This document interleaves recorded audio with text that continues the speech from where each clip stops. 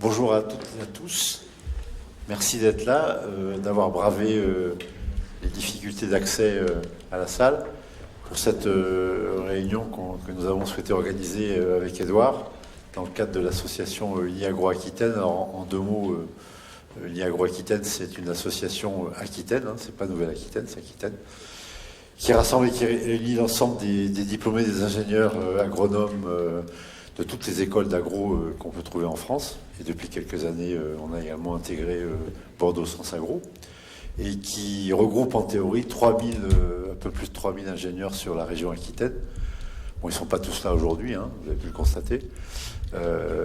Et en gros, il y a 10% d'adhérents. 10% d'adhérents voilà, qui nous suivent. Et notre association, son objectif, c'est de créer du réseau.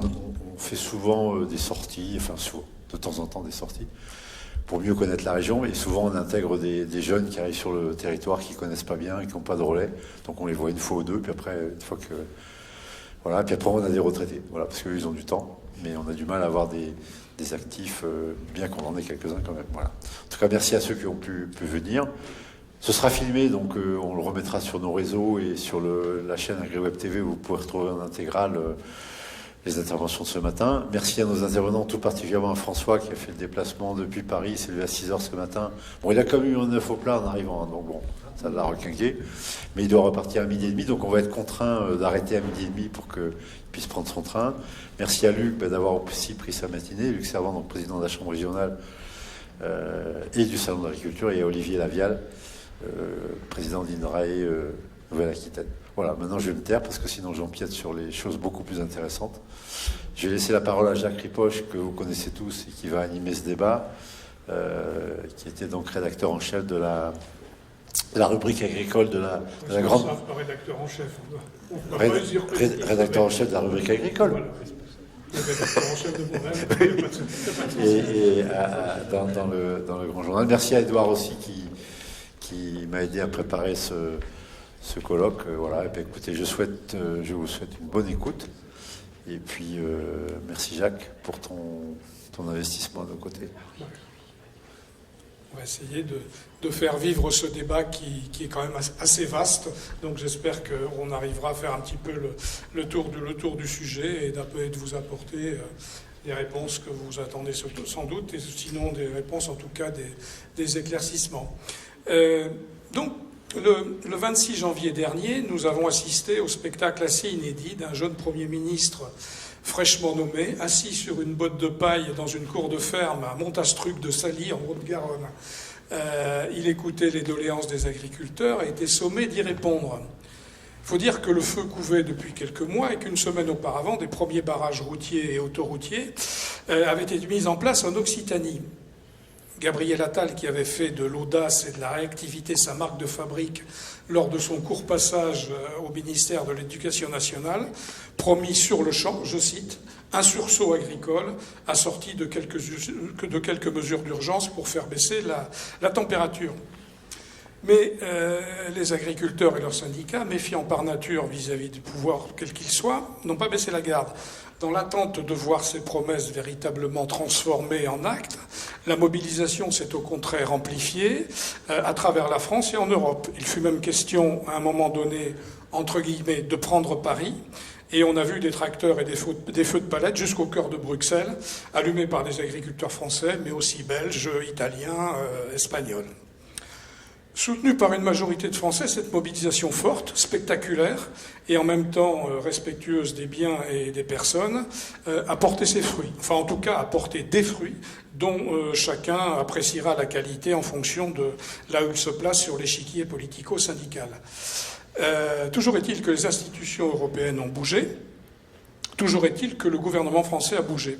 L'Europe a répondu par des mesures de simplification de la PAC concernant la norme relative aux bonnes conditions agricoles et environnementales, dite BCAE dans le jargon bruxellois. Et au niveau français, le sursaut agricole promis par Gabriel Attal passe par la loi d'orientation pour la souveraineté en matière agricole et le renouvellement des générations en agriculture, qui est actuellement en discussion au Parlement, qui est censée se terminer la semaine prochaine. Et fait important, est déjà acté que l'agriculture est reconnue comme d'intérêt général majeur pour la nation. Derrière le mot souveraineté, on retrouve l'ensemble des problématiques qui ont agité le monde agricole ces derniers mois, donc nous y reviendrons plus en détail dans notre échange. Aujourd'hui, l'association Uni-Agro-Aquitaine qui organise ce débat a souhaité prendre un peu de recul et s'interroger sur les raisons du malaise et de la colère des agriculteurs français et européens, mais aussi évoquer les solutions pour demain potentiellement porteuses d'un apaisement pérenne. Pour en parler, donc Luc Servant, agriculteur en Charente-Maritime, président de la Chambre régionale d'agriculture en Nouvelle-Aquitaine, issu du syndicalisme majoritaire FNSEA-JA. Il est aussi le président du Salon de l'agriculture de Nouvelle-Aquitaine qui nous accueille aujourd'hui. Il apportera sa vision de terrain. François Purseigle est professeur à l'ENSAD de Toulouse, professeur des universités, sociologue, auteur de nombreux ouvrages. On ne va pas les citer tous, mais on retiendra quand même Sociologie des mondes agricoles, écrit avec Bertrand, son collègue Bertrand Hervieux. Et dernier ouvrage en date, Une agriculture sans agriculteurs, toujours avec Bertrand Hervieux. Il nous dira comment inscrire cette crise dans les tendances longues qu'il connaît, qu'il maîtrise parfaitement.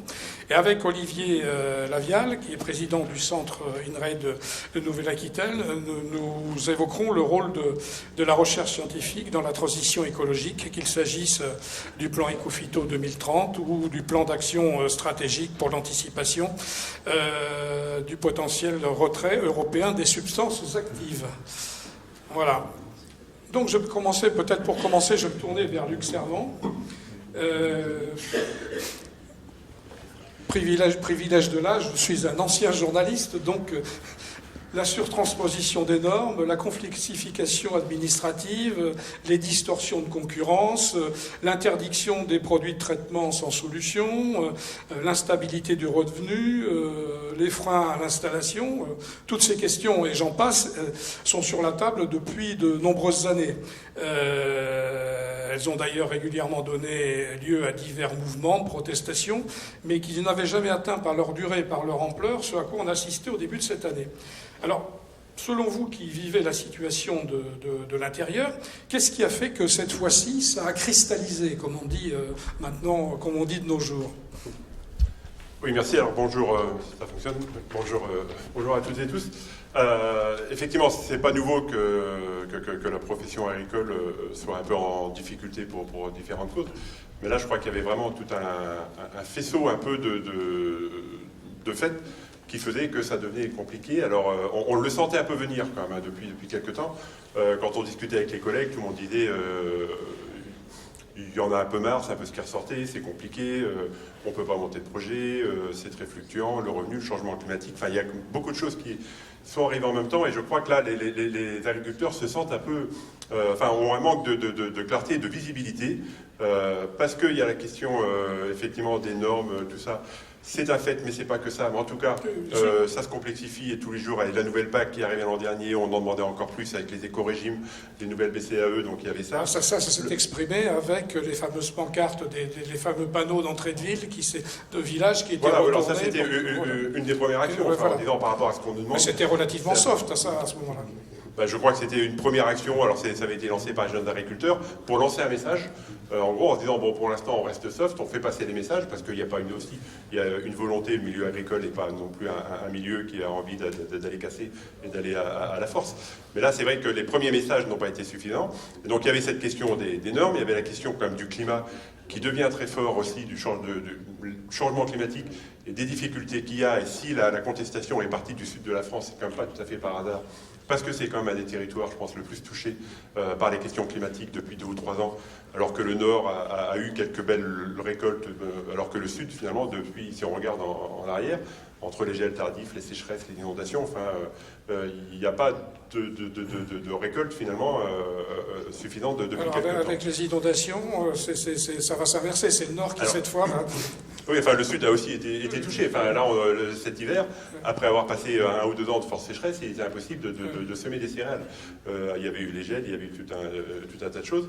La question des prix, alors qui avait fortement monté, effectivement, en 21-22, qui laissait peut-être penser à pouvoir souffler un peu ou avoir une bouffée d'oxygène, et les prix qui dégringolent quand même fortement sur 2023.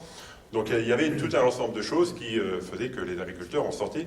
Et puis nous, ce qu'on avait travaillé aussi au niveau de la Chambre régionale, on voyait bien qu'il y avait une baisse de production qu'on retrouve au niveau global de l'agriculture, mais en Nouvelle-Aquitaine, enfin à tous les niveaux, une baisse de production. Et je crois le ressentiment en plus que les agriculteurs, on leur demande, et là c'est le fait aussi depuis 2 ou 3 ans avec l'inflation, la hausse des prix, tout ça, on nous demande de produire mieux en disant ça va coûter plus cher. Mais il n'y a pas de problème, le consommateur veut de la qualité, il sera prêt à payer, la question du bio par exemple. Et en fait, ce qu'on constatait et très fortement l'an dernier, c'est que le consommateur se détournait quand même par choix ou pas par choix, parce qu'il a des contraintes de pouvoir d'achat, se détournait de nos produits et donc perte de marché sur l'agriculture biologique, perte de marché sur les produits de qualité. Et on entendait dire, on constatait des importations très fortes de produits qui arrivaient dans des conditions qui n'étaient pas acceptées en France.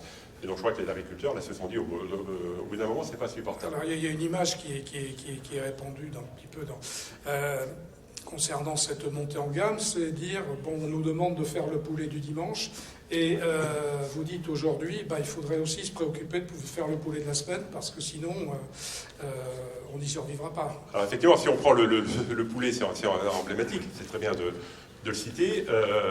L'agriculture biologique, hein, j'en parlais, moins 20% de consommation d'un coup sur 2023, donc alors que depuis des années, on accompagnait des agriculteurs pour se lancer dans finalement une perte de débouchés. Et sur le poulet, tout ce qui était poulet label, effectivement, on avait une surproduction. On a depuis quelques mois une surproduction, plus de débouchés. C'est un peu la même chose pour la viande bovine, enfin tous les produits de qualité. Alors qu'on apprenait que les importations des pays de l'Est d'ailleurs montaient de 27% sur une année, enfin des chiffres comme ça, avec des conditions de production que personne ne voudrait voir.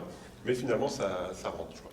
Et donc, ça fait des années, on dit à l'agriculture, et les discours depuis quelques années, l'agriculture française, vous allez vous en sortir par le développement de l'agriculture biologique, par la montée en gamme et par la baisse de production de viande, parce que le consommateur va moins consommer de viande.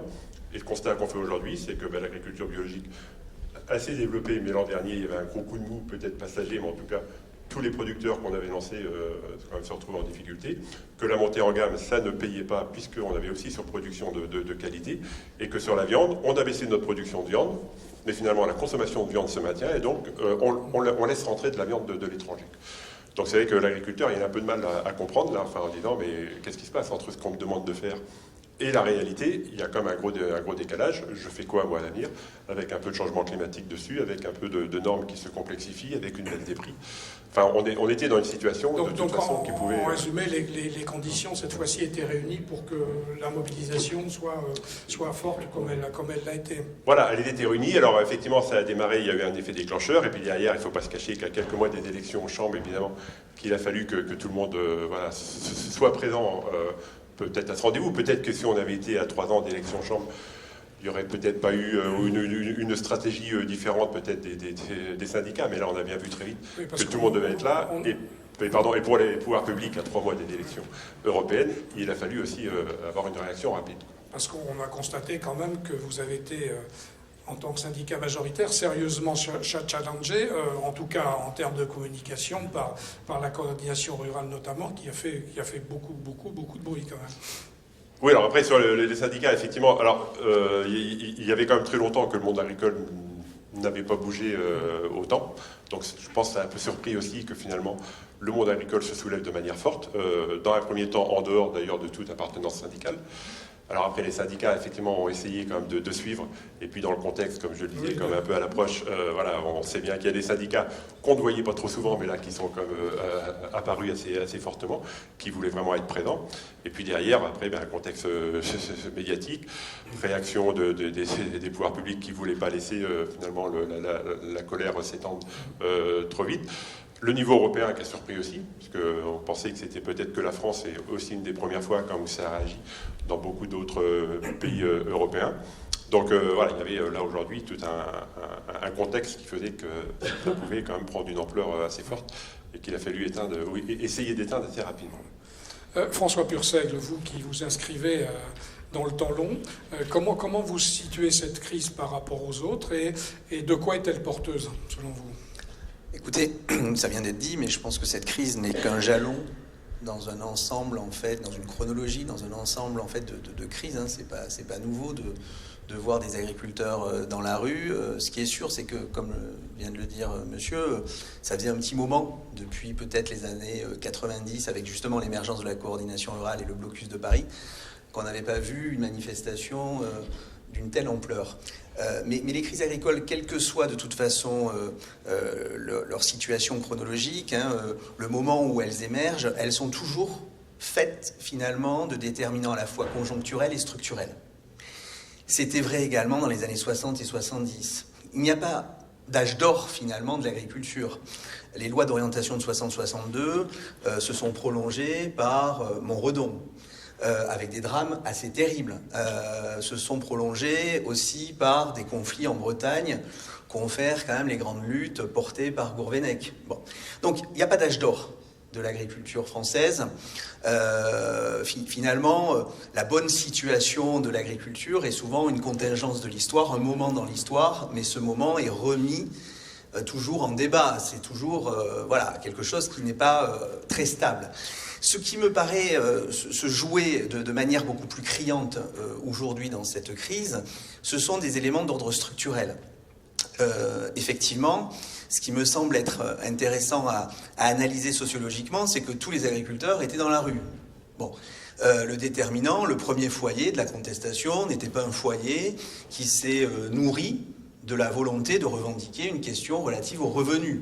Quand vous discutez avec Jérôme Bail, il vous dit « Non, moi je voulais, et on a monté des barrages, que l'État reconnaisse la situation sanitaire qu'on vivait, avec la maladie hémorragique qui touchait les bovins, on voulait que l'État, finalement, réagisse. Et l'État a réagi autour, finalement, de cette épidémie. Bon. Ensuite, il y a eu un autre foyer dans le Tarn, des jeunes qui sortaient de boîtes, parce que ça s'est passé comme ça, se sont amusés de manière silencieuse à retourner les panneaux. Ils ont vu que ça avait pris.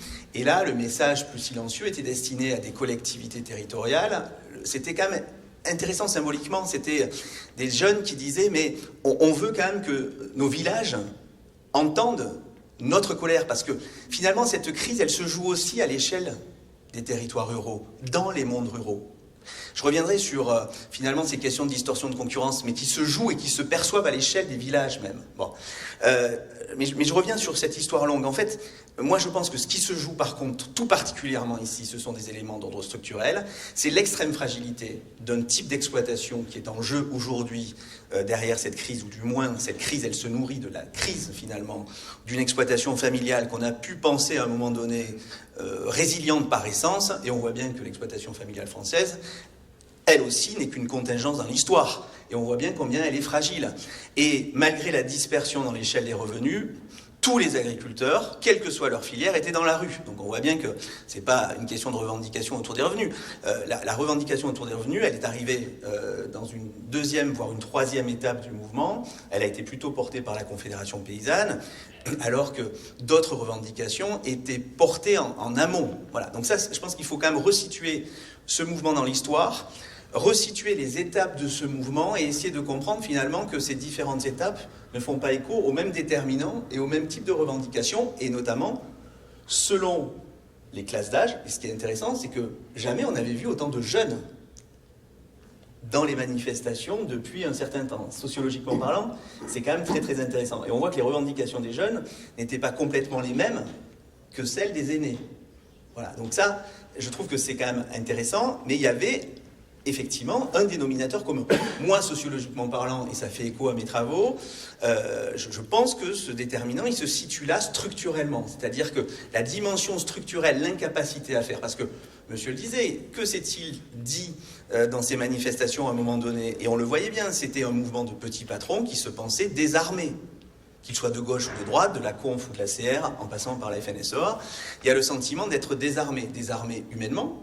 200 000 d'entre eux vont partir à la retraite dans les 10 ans qui viennent, désarmés économiquement, désarmés parfois technologiquement, parce qu'on n'a pas forcément les outils pour faire face à des crises sanitaires ou des crises climatiques ou autres. Donc ce sentiment de désarmement est très présent, quel que soit le niveau de revenu. C'est-à-dire, l'incapacité à faire... Il faut quand même se rendre compte d'une chose, c'est que quand on va sur les exploitations, on se rend bien compte que l'exploitation familiale, elle tient qu'à un fil. C'est souvent des hommes seuls avec un salarié qui font le boulot et qui sont seuls pour affronter les crises. Vous affrontez pas les crises de la même manière en 2024 quand vous êtes seul, même qu'en 60 ou 70, quand papa, Pépé et Mémé étaient tous là, à feu et à pot commun, pour faire tourner la boutique. Donc il y avait quand même des mécanismes de résilience, il y avait des formes de bricolage qui permettaient de faire tenir le bazar. Et aujourd'hui, le bazar, il ne tient pas de la même manière, excusez-moi l'expression, mais c'est beaucoup plus compliqué. Donc je trouve que les éléments finalement d'ordre structurel ont pris le pas sur des éléments même conjoncturels. C'est-à-dire que les éléments conjoncturels ont mis le feu aux poudres, mais il y avait des questions aussi autour de la réglementation dans les années 90. Il y avait des questions d'ordre sanitaire aussi, qu'ont fait la crise de la vache folle dans les années 90, vous voyez. Mais là, la mayonnaise n'a pas pris de la même manière. C'est ce que vous... Dans votre dernier ouvrage, qui s'appelle « Une agriculture sans agriculteurs », vous reprécisez quel est le cadre dans quel cadre évolue l'agriculture aujourd'hui, et précisément vous mettez en relief l'extrême fragilité de cette agriculture dite familiale qui était le modèle français il n'y a pas si longtemps, et vous présentez une agriculture qui est quand même très éclatée, très diverse. Et qui se banalise.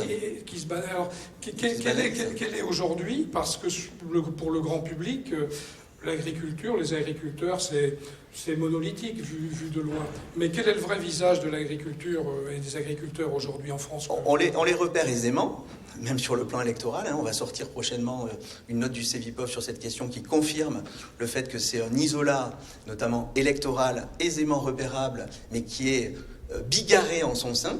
Donc ça, c'est quand même intéressant que les agriculteurs demeurent un monde qu'on perçoit, qui est visible, notamment dans les espaces ruraux. Les agriculteurs, on les voit travailler. Mais ils sont de plus en plus éclatés en termes de revenus, éclatés en termes de stratégie même entrepreneuriale. Une exploitation agricole, c'est à la fois une exploitation, c'est à la fois une entreprise artisanale, d'autres sont des entreprises patrimoniales et d'autres sont des entreprises industrielles, d'où la difficulté pour les politiques, les organisations professionnelles, d'accompagner un monde qui ne renvoie pas aux mêmes stratégies entrepreneuriales. Donc ça aussi, c'est un élément important pour comprendre ce mouvement. Autre élément peut-être sur lequel je suis parvenu, mais qui me paraît sociologiquement et historiquement intéressant, c'est que les crises précédentes se jouaient dans un face-à-face, dans une forme de dialogue très singulière, de type cogestionnaire, avec l'État. Or, la crise, elle dit aussi une chose, c'est la place qu'occupent de nouveaux acteurs dans les débats agricoles. Parce que quand vous discutiez sur les barrages avec certains agriculteurs, ils vous disaient qu'ils étaient dans la rue aussi parce que leur métier était contesté d'une certaine manière. Ce métier n'allait pas de soi, même dans les espaces ruraux. Et c'est ça qui était dénoncé. Ce qui était dénoncé aussi, c'était les distorsions de concurrence à l'échelle internationale. Mais ces distorsions, elles se voient et elles sont visibles à l'échelle des villages. Quand vous allez dans un département comme le Gers, où vous voyez effectivement, on parlait de la production de volailles sous label, cette production qui ne trouve pas forcément de consommateurs, mais au même moment, à l'échelle du même territoire, on voit s'installer une chaîne de fast-food qui utilise des nuggets issus de poulet brésilien. Cette distorsion de concurrence, cette incohérence, notamment dans le regard que portent les ruraux sur l'activité agricole, elle se joue à l'échelle même des espaces ruraux. C'est-à-dire que ce n'est pas une crise qui doit avoir une opposition entre la société et les agriculteurs ou la campagne et la ville.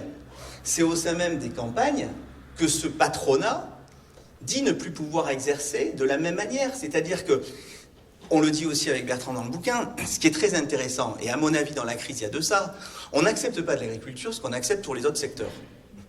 Si vous voulez, la plupart des ruraux vont applaudir des deux mains un artisan boulanger qui va créer une TPE-PME et faire, vous voyez de qui je parle, des pains achetés en quantité. Par contre, quand un agriculteur veut créer une TPE-PME à travers des alliances et des formes de mutualisation nouvelles, ça, pour le coup, les contestations émergent. Et c'est ça qui était aussi perceptible dans le discours des gars sur les barrages. Et je suis allé à Carbone et j'ai discuté aussi avec pas mal de leaders du Tarn.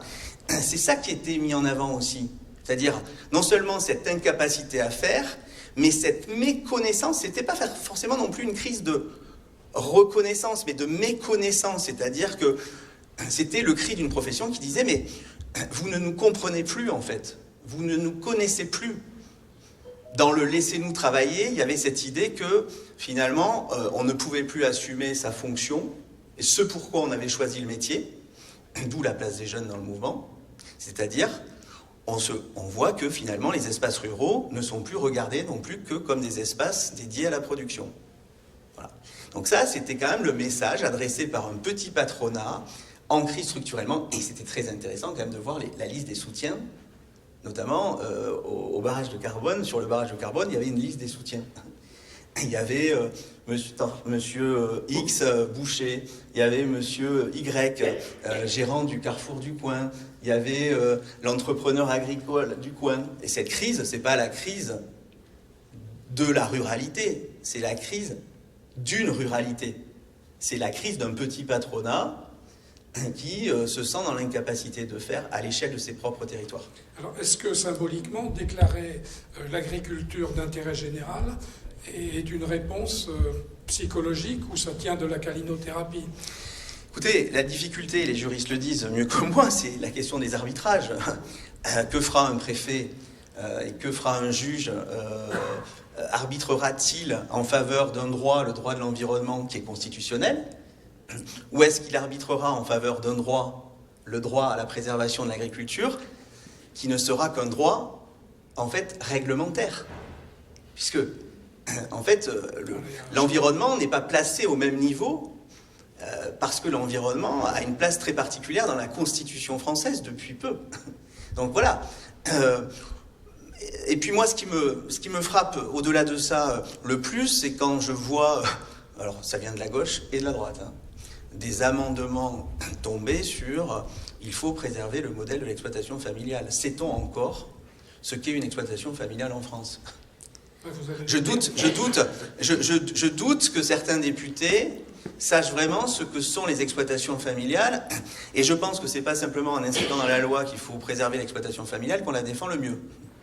Alors c'est quoi une exploitation familiale aujourd'hui? C'est quelque chose qui est beaucoup plus protéiforme, qui tient, je le disais plutôt, à un fil, et par un fil. Ce sont des exploitations capitalistiquement familiales.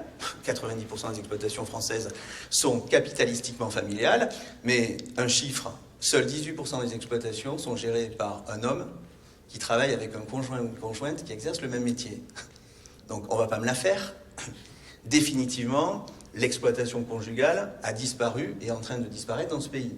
Hormis peut-être dans des zones d'élevage. Mais on ne va pas tourner autour du pot. C'est une réalité. Ces familles, elles se recomposent. Et puis c'est pas simplement en jouant de l'incantation autour de la famille qu'on va aider les agricultures familiales. Parce que la première adversaire de l'agriculture familiale, c'est la famille elle-même. Voilà. Donc je pense que si on en est là aujourd'hui, si on n'est pas au pied du mur, mais dans le mur, et s'il y a une crise autour du renouvellement, non pas des générations, mais des actifs, c'est aussi parce qu'un certain nombre d'agriculteurs, eh bien, finalement, n'anticipent pas les départs. Je le disais tout à l'heure à monsieur. Donc, c'est pas simplement avec des dispositifs fiscaux qu'on va améliorer l'installation. Ils sont là, les dispositifs. Il faut simplement aussi les actionner au bon moment. Et puis, il faut aussi, et ça, c'est le drame de l'agriculture, penser des tabous et des totems, notamment le départ. Quand vous pensez que cette profession d'actifs agricoles est constituée de 15% de plus de 70 ans, de plus de 30% de 60 ans, il y a quand même un truc. Il y a quand même un truc. Donc, c'est pas qu'une loi qui va régler la question du renouvellement des actifs. C'est en interne que ça va se régler aussi. Bon, je pense que ce qui se joue dans la crise, c'est aussi l'incapacité à admettre des changements qui sont considérés comme inadmissibles. On a du mal à penser l'exploitation agricole comme une entreprise dans ce qu'elle a de plus banal. Or, on est en 2024. On a du mal à considérer que ce métier puisse se faire autrement. Donc, c'est ça qui se joue là. C'est quand même intéressant de voir dans la loi que, et notamment autour de certains dispositifs, on est incapable de penser des outils qui, comme dans le secteur industriel ou commercial, vont permettre, par exemple, de conforter la structure capitalistique. Vous voyez, c'est ça qui est intéressant. On parlera des réponses à la crise. De voir que on constate la crise, on voit qu'elle est liée à cette banalisation, à cette fragilisation de l'exploitation familiale, mais on ne cherche pas à en faire autre chose qu'une exploitation familiale qui, par définition, est fragile. C'est ça, enfin, sociologiquement parlant, c'est ça qui me... le travail qui m'intéresse sociologiquement. Et voilà, je pense qu'on ne défend pas l'agriculture familiale uniquement avec des incantations. Olivier Lavial, toujours sur ce chapitre de cette crise, vous, à votre niveau, comment vous percevez les attentes des agriculteurs et comment est-ce que ça vous a... Est-ce que vous avez senti venir ce mouvement-là au travers leurs interrogations concernant, alors vous, dans votre domaine, des choses plus précises sur le renouvellement des molécules, si tant est qu'une nouvelle molécule est la solution à une ancienne molécule, ça j'en sais rien, vous le direz plus tard, mais est-ce que vous avez perçu de votre statut de chercheur, de scientifique, comment vous percevez ce malaise agricole? Mais déjà, INRAE, dans sa globalité, s'est posé beaucoup de questions sur sa façon de communiquer et de répondre à cette crise agricole qui est arrivée à peu près au moment du Salon de l'agriculture, et où on avait besoin effectivement de dire, mais finalement, quelle est la place de la recherche dans tout ça ? Comment effectivement nous sommes en capacité à la fois à répondre à des questions légitimes de la crise agricole, mais également à ne pas perdre de vue les questions clés qui se jouent au niveau des transitions. Et donc, effectivement, la place d'INRAE, elle est dans l'accompagnement des transitions, avec l'idée que cet accompagnement-là doit se faire en préservant effectivement la capacité productive, ou en tout cas la durabilité des exploitations au niveau économique. Et c'est donc toute la difficulté sur laquelle on se situe. Donc il y a deux volets finalement. Il y a qu'est-ce que la science peut apporter en termes de réponse à l'ensemble des problématiques qui s'opposent aujourd'hui au monde agricole, donc que ce soit le changement climatique, la baisse nécessaire de l'utilisation des produits phytosanitaires, que ce soit au niveau économique, l'ensemble de la transition alimentaire, la souveraineté agricole, etc. Et donc, finalement, la position d'INRAE doit se situer parmi tout ça. Le deuxième plan, c'est de dire, mais finalement, on a des solutions techniques qui existent, un certain nombre de solutions techniques, dont il est prouvé aujourd'hui que peut-être potentiellement sur des cas particuliers, leur durabilité économique est possible. Sauf que on est à un moment où il faudrait réfléchir à la massification de tout ça. Et donc on a cette problématique aujourd'hui de dire mais comment fait-on pour accompagner le monde agricole dans sa globalité et pas seulement une partie. On l'a dit, le monde agricole est maintenant très, très divers. On a effectivement des trajectoires d'exploitation qui sont très diverses suivant les productions, suivant les régions, suivant, etc. Et donc on doit nous travailler aussi à tout ça. Alors on évoquait les produits phytosanitaires par exemple. On y reviendra peut-être un peu, on évoquait les molécules. Oui. Enfin, on y reviendra peut-être un peu plus tard. Oui. Ou terminer juste sur... Non, juste simplement pour dire que, puisque l'idée c'était de dire, on évoquait l'idée de dire on change une molécule par une autre, etc. Je crois que le problème aujourd'hui, alors si on évoque plus tard les produits phytosanitaires, on y reviendra, mais le problème aujourd'hui c'est de travailler sur des systèmes. Donc on peut toujours apporter, et on a tendance à penser que la recherche d'ailleurs est une recherche disciplinaire, où on va trouver des solutions technologiques ou techniques à un certain nombre de points. Aujourd'hui, de plus en plus, la position d'INRAE, c'est de travailler sur des sujets transverses, d'être en capacité à travailler, et à la fois d'ailleurs sur un ensemble de solutions, de systèmes de production, sur les externalités négatives, positives, pour être en capacité de trouver des solutions pour un impact positif des changements de pratique. Voilà. Okay. Donc la place d'INRAE elle est là, et puis on essaiera d'expliquer plus concrètement, en termes d'appui aux politiques publiques, comment on est en capacité d'accompagner. Donc on abordera ça quand on abordera le chapitre des solutions. Mais avant d'y arriver, je vais commencer par Luc Servan, que vous me disiez comment... alors la Commission européenne a produit un certain nombre de réponses. l'État est en train de produire un certain nombre de réponses. Si je suis ce que nous dit François Purseigle, apporter des réponses à des demandes qui sont multiformes, c'est pas gagné. Comment vous recevez au jour d'aujourd'hui ce qui a été mis sur la table? Est-ce que vous pensez avoir des vraies réponses ou des débuts de réponses qui permettent peut-être d'avancer vers un chemin qui vous paraît intéressant? Ah bon, il y a quelques réponses qui ont été apportées quand même, qui sont appréciées, je pense, et appréciables. Pas seulement sur la réglementation, sur les haies, parce que...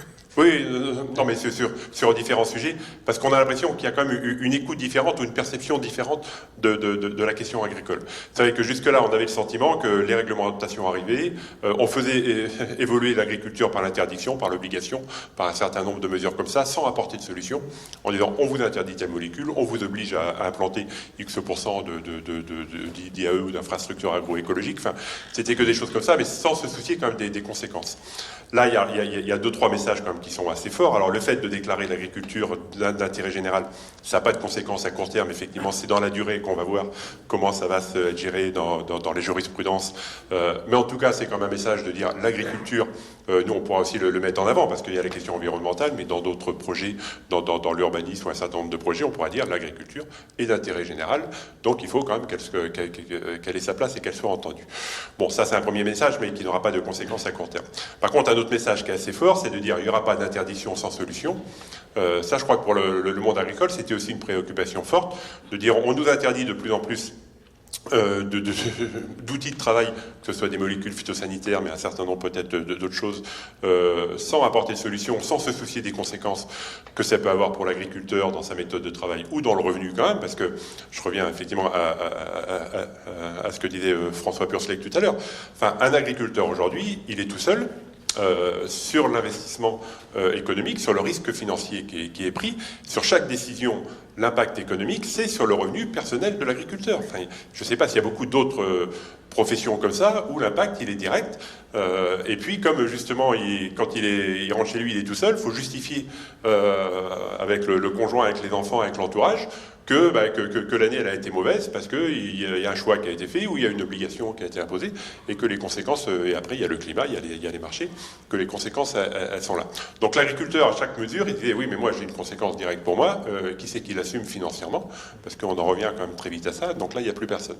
Donc là de dire pas d'interdiction sans solution, c'est là effectivement il faut qu'on travaille beaucoup plus de manière forte et intensive, peut-être avec la recherche, avec l'innovation, parce qu'il faut accélérer effectivement les solutions à trouver sur un certain nombre de phytos. Par exemple, sur un cas concret, sur les néonicotinoïdes, par exemple, on ne dit pas un coup oui, un coup non, il faut sécuriser le...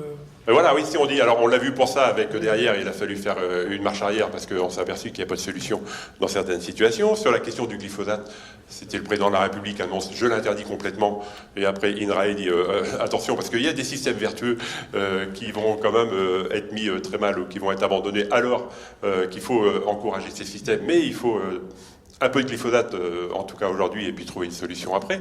Et donc et sur les phytos, quand on disait il faut réduire de 50% les produits phytosanitaires, on se disait mais 50% de quoi, de volume, de quelle matière, avec quelle solution, enfin donc effectivement le monde agricole a un peu de mal à s'y retrouver. Donc de dire on va prendre les éléments peut-être un par un, ce qu'il y a d'urgence, ce qu'il faut interdire rapidement, quelle solution on trouve et on vous l'interdit quand on a la solution technique, économique derrière. Ça, je pense que c'est un message aussi quand même assez fort qui est entendu. Alors après, il y a beaucoup d'autres mesures qui ont un peu de simplification dans un premier temps sur la réglementation.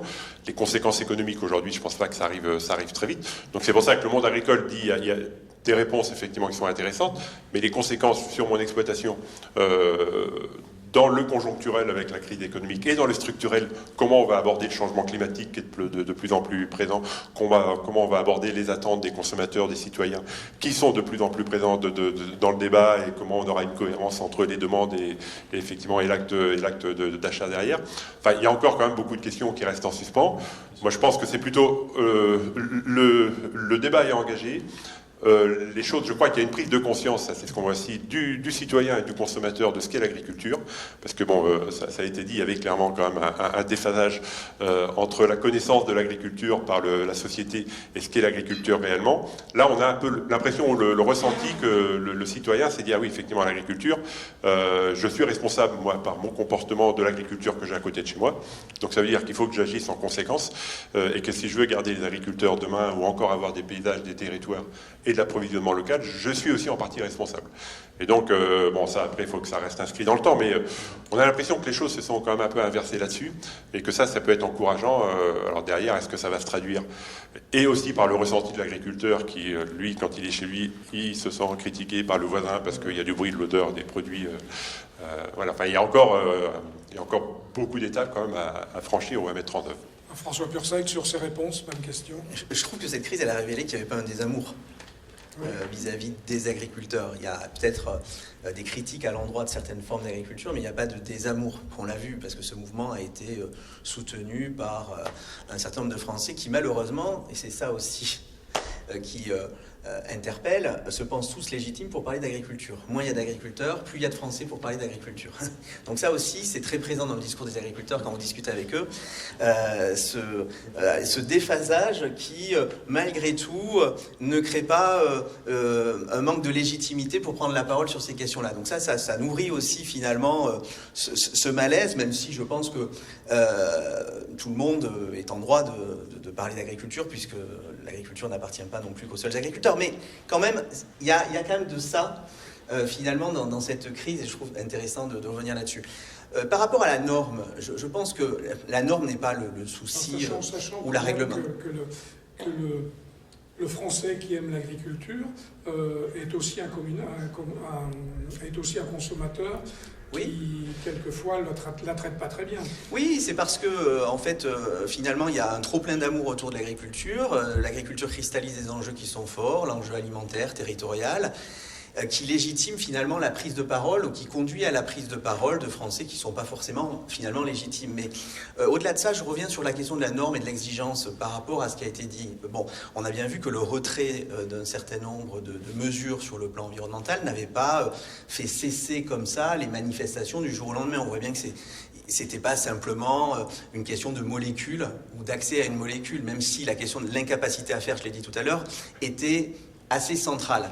Ce qui est intéressant à observer, quand vous discutez avec les agriculteurs sur le terrain, ils vous disent la norme, c'est pas forcément un problème. Dans une région comme la Nouvelle-Aquitaine ou l'Occitanie, la norme, elle est portée même par des agriculteurs à travers des cahiers des charges, à travers des réglementations qui ont été voulues par les agriculteurs. Ce qui est un problème aujourd'hui, c'est la manière avec laquelle la norme crante dans les structures d'exploitation, c'est-à-dire l'applicabilité de la norme. C'est-à-dire que dans un contexte d'extrême fragilité de l'exploitation familiale, c'est ce qui donne à voir les incohérences, c'est ce qui est perceptible quand on parle d'incohérence. La norme n'apparaît plus toujours comme génératrice de valeur. C'est-à-dire que la norme est d'autant plus acceptée qu'elle génère, confère les cahiers des charges, etc., de la valeur. Sauf que les agriculteurs ne voient pas forcément la valeur derrière l'exigence réglementaire. C'est pas qu'ils sont contre la réglementation, ils en réclament de la réglementation. Ils réclament parfois des lois.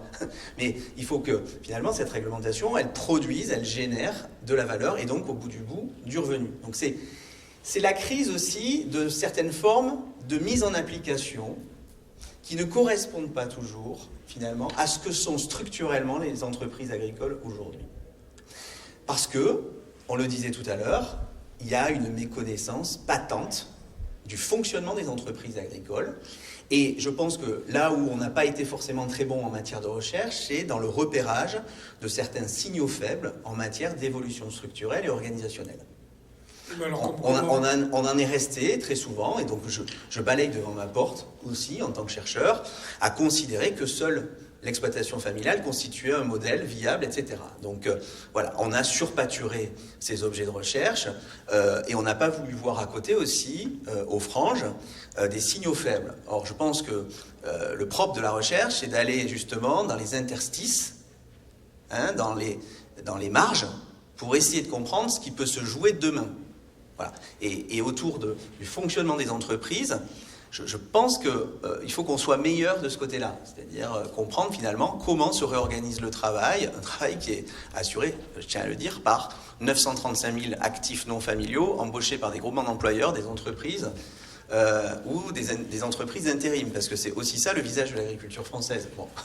Donc, c'est pas simplement papa, maman et le fiston. Voilà. Là aussi, il faut arriver à apporter des réponses aux chefs d'entreprise qu'ils sont, parce que l'exigence réglementaire sur le plan social, là aussi, crante pas toujours en termes d'applicabilité avec l'exploitation telle qu'elle a évolué. Mais ça passe par la prise de conscience de nos élus, de ce qu'est le vrai visage agricole de l'agriculture aujourd'hui. Et à vous entendre, il y a encore du boulot. Oui, il y a du boulot, mais je pense que tout le monde doit balayer devant sa porte. C'est pour ça que les réponses, elles ne pourront pas émaner d'une seule politique économique. Bon, je pense que les situations sont tellement disparates. De toute façon, il y a des situations de malaise qui relèvent avant tout de politique sociale. Et notamment d'une politique pour, je le dis, penser le départ. Voilà. Penser le départ dans la dignité. Voilà. Donc ça se travaille, ça se réfléchit. Il ne faut pas simplement se gargariser de vouloir installer. Il faut aussi accompagner les départs. Bon. Et penser en termes de politique sociale. La résolution d'un certain nombre de problèmes, et notamment dans des régions comme les nôtres, où on voit que l'appareil industriel agroalimentaire fait défaut dans certains territoires, implique que des politiques industrielles participent du réarmement, finalement, de ce secteur agroalimentaire. Bon, on a beau jeu de dire on veut des circuits courts. J'étais encore, il n'y a pas plus tard qu'il y a quelques jours, avec une agricultrice dans l'Ariège qui me disait « je suis obligé de faire 2 heures de route pour faire transformer mon lait ».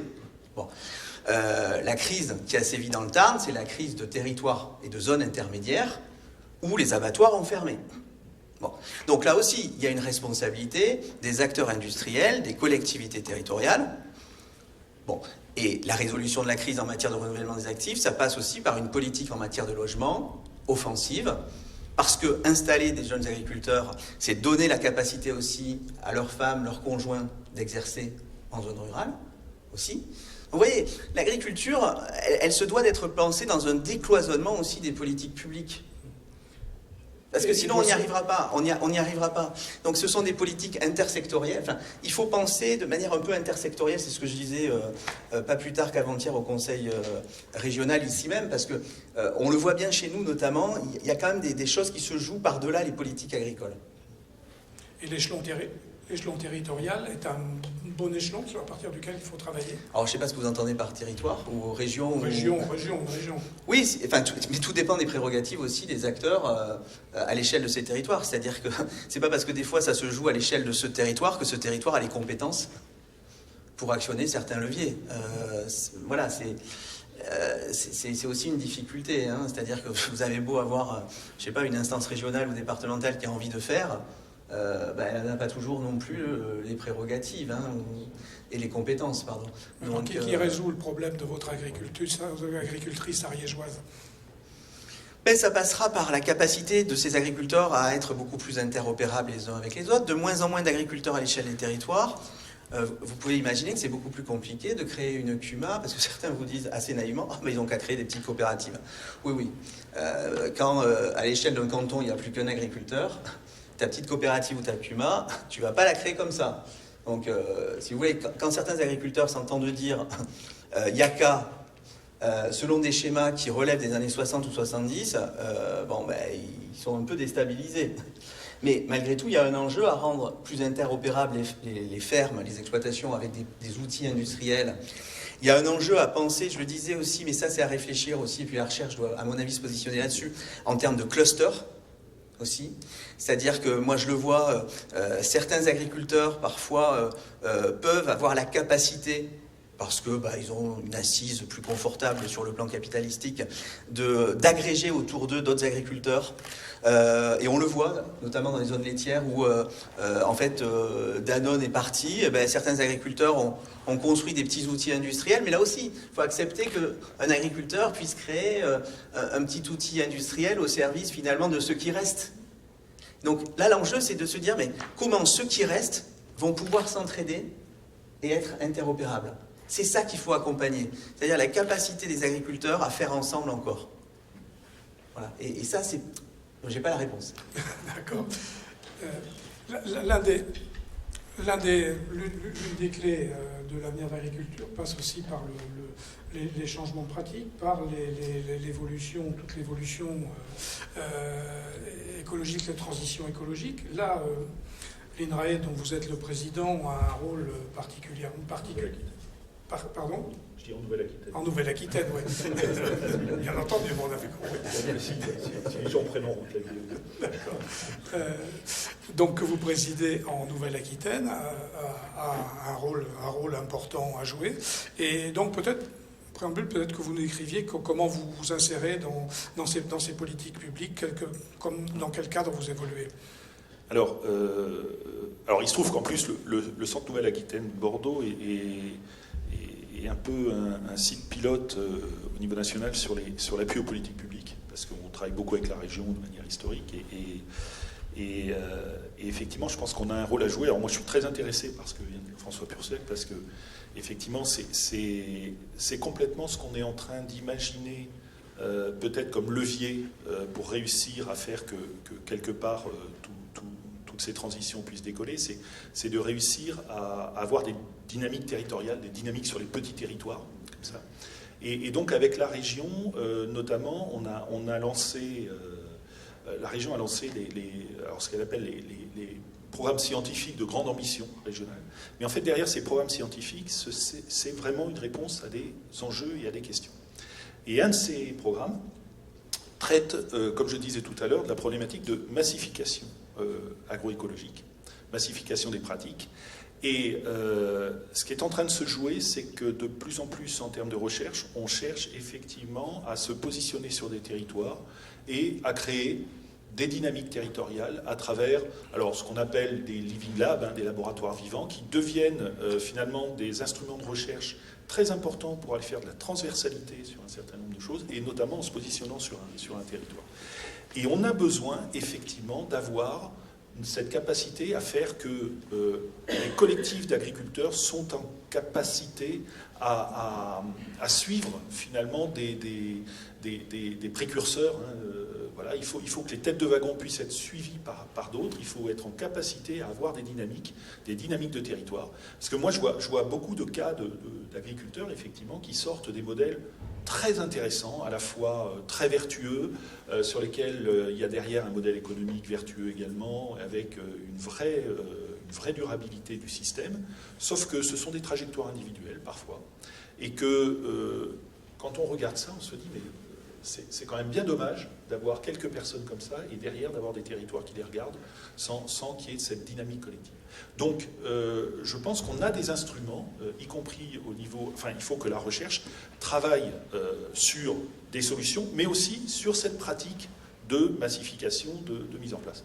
Et pour ça, je pense qu'on a aussi besoin vraiment de travailler avec l'ensemble de la filière d'innovation, c'est-à-dire partant effectivement de la recherche, qui peut être parfois d'ailleurs assez fondamentale, travailler avec tout le réseau des instituts techniques, etc., les chambres d'agriculture, pour être en capacité, les grands groupes coopératifs s'il le faut, etc., pour être en capacité à porter les dynamiques et les solutions au plus près du quotidien des agriculteurs.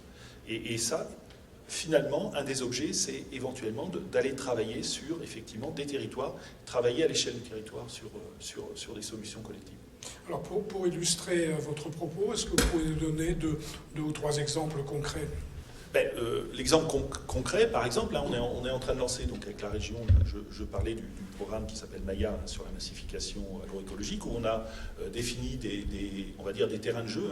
Il y en a un qui marche très très bien et qui existe depuis longtemps, c'est une zone qu'on appelle zone atelier, qui s'appelle Bacchus, qui est située dans l'entre-deux-mers, qui travaille sur la viticulture et qui travaille notamment sur la comparaison entre l'agriculture biologique et la viticulture biologique, la viticulture conventionnelle, en se mettant à l'échelle du territoire, parce qu'on sait très bien comment fonctionnent les systèmes biologiques, mais l'idée, par exemple, quand on essaye de massifier ces pratiques, est-ce que ça fonctionne encore à l'échelle du paysage, du territoire, etc.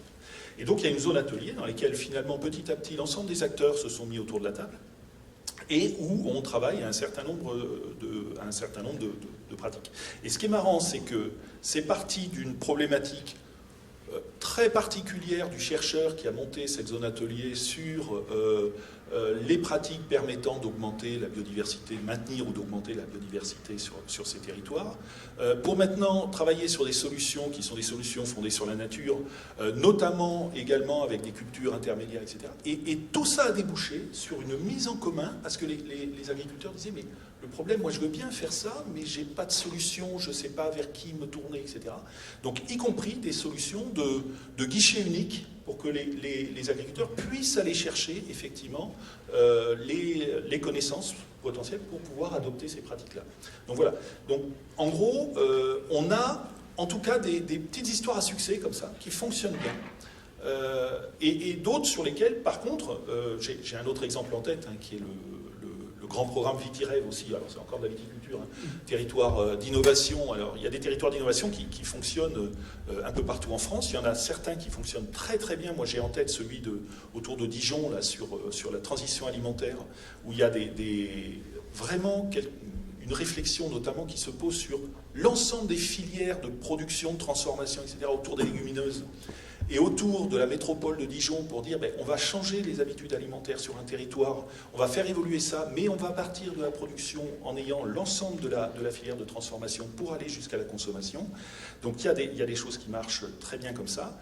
En Aquitaine, on a Vitirêve, donc territoire d'innovation sur la viticulture, où on a mis en place de la même manière des laboratoires d'innovation territoriaux, hein, des Living Labs. Et force est de constater qu'il y en a certains qui marchent bien quand la recherche, quand il y a des verrous et que la recherche est mise dès le départ dans le processus. Par contre, certains autres, les gens se mettent autour de la table et se retrouvent finalement démunis de solutions, et je dirais même en incapacité de poser des questions sur la manière dont on peut faire évoluer le système. Et donc on a des trajectoires un peu différentes, hein, sur les laboratoires d'innovation territoriaux, avec certains qui ne fonctionnent pas parce que la problématique n'a peut-être pas été accompagnée suffisamment. Donc le rôle de la recherche, c'est aussi d'accompagner ces dynamiques. Oui.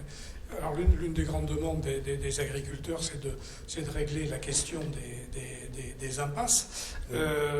Donc comment alors bon, je suppose que je suppose que vous n'aurez peut-être pas demain matin la réponse aux néonicotinoïdes ou au glyphosate, pour ne citer que cela. Mais comment vous abordez le sujet et quel type de réponse on peut y apporter? Luc Servant en parlait tout à l'heure. Hein. C'est vrai que là, dans les nouvelles mesures, et notamment on a le plan d'action stratégique qui s'appelle Parsada, voilà, qui est là pour prioriser effectivement les études sur les molécules qui, à un moment donné, doivent être interdites pour des raisons tout à fait imaginables, hein, d'impact sur l'environnement ou sur la santé humaine. Mais l'objectif, c'est surtout de ne pas abandonner du jour au lendemain des solutions à partir du moment où on n'a pas d'alternative. Parce que il y a voilà, le passé a bien démontré que ça mettait dans la difficulté tous les secteurs économiques entiers. Donc, conclusion, un groupe s'est mis en place dans lequel INRAE a toute sa place, l'ANSES aussi, le CIRAD, et puis des partenaires du monde socio-économique, des partenaires... voilà. Et l'objectif, c'est vraiment de travailler sur le long terme, à prioriser d'abord, premièrement, regarder toutes les molécules, effectivement, qui sont susceptibles d'être retirées, prioriser les combats, en fait, sachant que, on est d'accord, et Luc le disait, c'est que la recherche de solutions, ça va prendre un peu de temps. Hein, et donc, le dispositif est plutôt alléchant, plutôt intéressant. Il reste à savoir maintenant si on arrivera effectivement en temps court à trouver des solutions alternatives à un certain nombre de pratiques. Voilà, c'est la question de Béotien. Est-ce que la réponse à une molécule est une nouvelle molécule? Non, l'idée, c'est en tout cas pas de retravailler. Moi, on a de moins en moins d'ailleurs d'unités au niveau INRAE qui continuent à travailler sur l'élaboration de molécules de synthèse. Certaines firmes le font, mais au niveau de la recherche académique, l'idée, c'est plutôt de travailler sur un ensemble de solutions. Alors, sur les solutions de biocontrôle, biosolutions qui peuvent être éventuellement des molécules naturelles, mais qui sont souvent des solutions alternatives. Donc il y a un certain nombre de principes qui consistent à dire on doit d'ailleurs travailler à la résolution de problèmes. On a notamment sur Bordeaux, par exemple, on a une unité mixte de recherche, enfin de technologie, pardon, avec l'Institut français de la vigne, qui est focalisé sur la lutte contre le mildiou, pour essayer de trouver des pratiques alternatives qui permettent en tout cas de diminuer la pression du champignon, et ça peut passer par des pratiques culturelles, ça peut passer par un certain nombre de choses. Cette année, pour le coup, c'est plutôt d'actualité, hein, puisque cette année, avec effectivement le climat qu'on a, on s'est retrouvé quand même avec des viticulteurs qui avaient abandonné l'usage de molécules CMR, donc cancérogènes, mutagènes ou protoxiques, et qui se posaient la question de les reprendre très vite, parce que on sent qu'à un moment donné, on arrive sur des impasses, et que pour sauver un modèle économique, eh bien, on est parfois tenté de faire le pas en arrière. Et ça, il faut absolument que la recherche prépare et accompagne les agriculteurs. Sur les solutions, Luc Servant, là pour l'instant, bon, je veux dire, il y a des réponses qui ont été apportées, mais comment vous projetez sur l'avenir ? Alors, ce qu'on voit aujourd'hui, et c'est ce qui a été dit, hein, c'est que pour emmener... alors la question, c'est comment est-ce qu'on emmène le plus grand nombre d'agriculteurs, comment est-ce qu'on massifie cette transition, avec beaucoup d'enjeux à prendre en compte. Alors aujourd'hui, on voit, il y a, dans ce qu'on voit à peu près nous chez les agriculteurs, dans les profils, il y a 10 à 20% de meneurs qui ont aujourd'hui, qui innovent, qui font des choses très, très intéressantes. Il y a, on va dire aussi à peu près autant dans cela, parce qu'ils arrivent en fin de carrière, parce qu'on sait que de toute façon, ils ne se lanceront pas dans une transition. Mais il y a quand même là toute une grande partie qui est autour de au moins 50% ou 60% d'agriculteurs qui sont peut-être en attente, qui sont peut-être prêts à s'y engager, mais qui attendent d'être à la fois des solutions et surtout d'être accompagnés. On a besoin d'un accompagnement fort. Parce que l'accompagnement, c'est le mot-clé pour vous. Alors oui, c'est effectivement très important, parce qu'il n'y a plus de modèle unique ou de solution unique pour tous les agriculteurs. Aujourd'hui, chaque exploitation agricole est différente, dans un contexte différent, de sol, de production. Donc il faut imaginer un accompagnement à la carte, quelque part. Et en fait, il faut arriver pratiquement à la carte, mais il faut aussi l'accompagner à la fois sur le plan technique, mais la question économique et de l'engagement des filières économiques est primordiale. Je crois que c'est un peu le constat qu'on fait aujourd'hui. On ne pourra pas emmener les agriculteurs si derrière, il n'y a pas la valorisation, comme ça a été dit, de leur démarche qui est engagée, la reconnaissance, la valorisation. Et puis pour être un moteur aussi, il faut que les filières demandent aux agriculteurs, enfin on s'engage sur des formes de contrats ou à mieux valoriser une démarche qui peut l'être. Mais ça, c'est après, il faut aller jusqu'au bout de la filière, il faut aller jusque vers l'achat final, vers le consommateur. Et donc c'est tout un ensemble de choses. Alors on voit dans la région des coopératives qui ont mené ces démarches, et l'implication est indispensable. J'ai que les coopératives du Sud, entre autres, qui nous disaient qu'elles avaient elles-mêmes investi dans du matériel, dans des nouvelles bineuses très, très sophistiquées pour réduire les herbicides. Parce que derrière, elles pourront peut-être le valoriser dans la vente aussi des céréales ou du maïs. Mais en tout cas, l'accompagnement est indispensable. Et puis la prise de risque aussi, comment est-ce qu'on accompagne la prise de risque? Et ça, c'est une question au niveau des chambres d'agriculture. Alors, on voit, c'est apparu dans le plan Ecophyto pour la première fois, il y a une enveloppe qui est apparue pour dire on accompagne la prise de risque quand même par l'agriculteur, parce que le risque financier, je reviens encore à ça, mais si la nouvelle solution, la prise elle de passe... risque, il faut peut-être la définir dans le cas...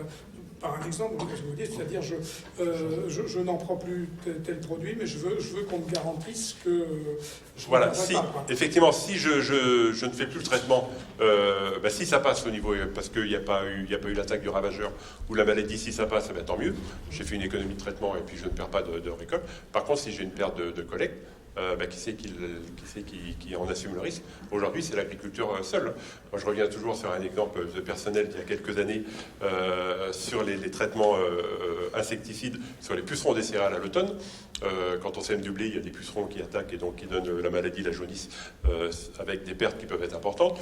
La pression semblait être faible, les semis pas trop précoces. Bon, j'ai dit je ne traite pas, voilà, je fais l'impasse pour un traitement qui coûte de l'ordre de 5 € de l'hectare, voire peut-être moins. Je ne fais pas le traitement, sauf que les pucerons sont quand même arrivés dans l'hiver, se sont installés, il y a eu la maladie, et à la collecte, j'avais entre 10 et 15 quintaux de moins à l'hectare. Par 200 € par une trentaine d'hectares de blé, ça fait vite entre 5 et 10 000 €. Sauf que la perte, voilà, ça c'est moi qui l'ai assumé sur le revenu pour un traitement à 5 €. Donc je fais quoi l'année d'après? je traite à 5 €, et puis si je perds 5 €, ou en tout cas, le risque est important. Donc voilà, il faudrait des mesures comme ça. Alors ça, c'est un exemple, mais il y en a bien d'autres. Ce soutien à la prise de risque, ça peut être quoi, une ligne budgétaire PAC, par exemple? Alors c'est un peu ce qu'on essaie de travailler au niveau des chambres d'agriculture. Bon, ça s'est apparu aujourd'hui dans les nouvelles mesures agri-environnementales, mais qui ne vont pas tout à fait dans le sens de ce qu'on veut. Alors soit ça peut être le système assurantiel, qu'il faut aussi accompagner, voir comment le système assurantiel peut se mettre en place quand il y a un changement de pratique, s'il y a une baisse de récolte ou pas, enfin faire le bilan. Donc ça, il faut qu'on y travaille, il faut quand même mettre un peu de moyens, parce qu'on sent bien que chez l'agriculteur, c'est aussi un frein aujourd'hui pour assumer ce risque. Et puis par rapport, je reviens aussi à la question des filières, hein, comment est-ce qu'on le traduit, ça? Alors on parle à niveau local des projets alimentaires territoriaux, on dit on va développer des filières locales, mais comment on le traduit en termes de contrats, de prix, des engagements à long terme? Ce qui nous manque très souvent aujourd'hui, c'est des engagements à long terme qui permettent à l'agriculteur d'avoir de la visibilité pour dire je m'engage dans telle production ou dans telle pratique. Et là, justement, quand on se dit aujourd'hui qu'une des premières locomotives à tout ça, ça pourrait être les collectivités dans l'achat public, par rapport justement à ce qu'on dit, elles doivent s'engager à 50% de produits locaux ou de bio ou de qualité. Ben justement, ça, c'est sur la table depuis longtemps, c'est ça. Oui, oui. Donc, ça, c'est et on en est aujourd'hui, je ne sais plus quels sont les derniers chiffres, mais à peine 10-18-20%. Oui. Par rapport à l'objectif, on est à peine à la moitié. Comment on optimise? Voilà, on dit aux collectivités, ben, écoutez, engagez-vous sur la durée à nous acheter, nous, des produits avec un certain critère, effectivement, de dire si on peut réduire les phytos, si on peut s'engager sur un certain nombre de choses. Nous, il n'y a pas de problème, on est prêt à y aller. Mais il nous faut un engagement au moins de 3-5 ans. Si on veut mettre la filière en place, emmener les producteurs, voire mettre des outils de transformation, il faut des engagements à au moins 5 ans. Et là, la réponse qu'on nous dit, ah oui, mais sur un achat public, sur la commande publique, c'est un appel d'offres, c'est le plus offrant, et on ne peut pas s'engager dans la durée parce que les budgets sont annuels. Ça veut dire quoi dans le paysage agricole? Qu'on reconstitue des ceintures maraîchères autour des villes?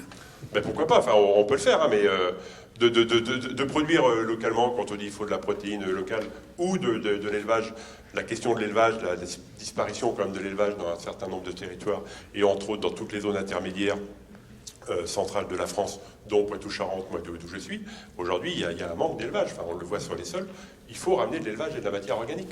Sauf que l'élevage aujourd'hui, on est plutôt en train de réduire l'élevage. La volaille qui pourrait avoir peut-être la place, si on y réfléchit, on y travaille avec les services de l'État qui a lancé quand même ce groupe de réflexion, de dire est-ce qu'on peut ramener des élevages de volailles finalement dans ces zones intermédiaires. Oui, mais il faut qu'on ait un engagement peut-être quand même des filières, voire effectivement des collectivités, de dire ben, nous on est prêt à vous racheter de la volaille dans les 5 ans à venir, s'il produit localement. Sauf que le Français qui aime les agriculteurs n'aime pas forcément la volaille de plein air auprès de chez lui. Alors, il veut de la volaille de plein air, effectivement, il va être exigeant sur les conditions de production, donc ça rejoint ainsi le moindre projet qui apparaît. Enfin, j'ai encore en tête près de La Rochelle un agriculteur qui voulait s'installer en bio, en élevage de volailles de plein air en bio, mais il était à moins d'1 kilomètre du village, ou de la petite ville, ça a été refusé. Alors qu'il semblait, il voulait planter des arbres, enfin tous les critères étaient là, mais comme personne ne voulait d'élevage. Donc ça c'est aussi la question. Si on parle du porc, enfin il y a des départements, chez moi, Charente-Maritime, il y a 5 ou 6 éleveurs de porc, donc si on voulait produire localement le porc, il n'y a pas de problème, mais il n'y a pas d'agriculteur qui va se lancer aujourd'hui dans un projet de production de porc, parce qu'il sait que de toute façon, dès le lendemain, il y aura l'opposition. Donc il faut que ce soit porté là, par l'ensemble des acteurs, les collectivités aussi. Enfin, je pense que les élus ont aussi un rôle en expliquant aux citoyens, et nous aussi, agriculteurs, il faut qu'on trouve ces instants d'échange pour que le projet soit peut-être porté, soit partagé. Alors ça ne marche pas toujours, mais au moins essayer de partager le projet, voir comment on peut le monter, pour que l'agriculteur se sente accompagné et derrière puisse s'engager dans ces démarches de transition. Mais à votre niveau, les collectivités, vous les sentez réceptives ou non? Alors,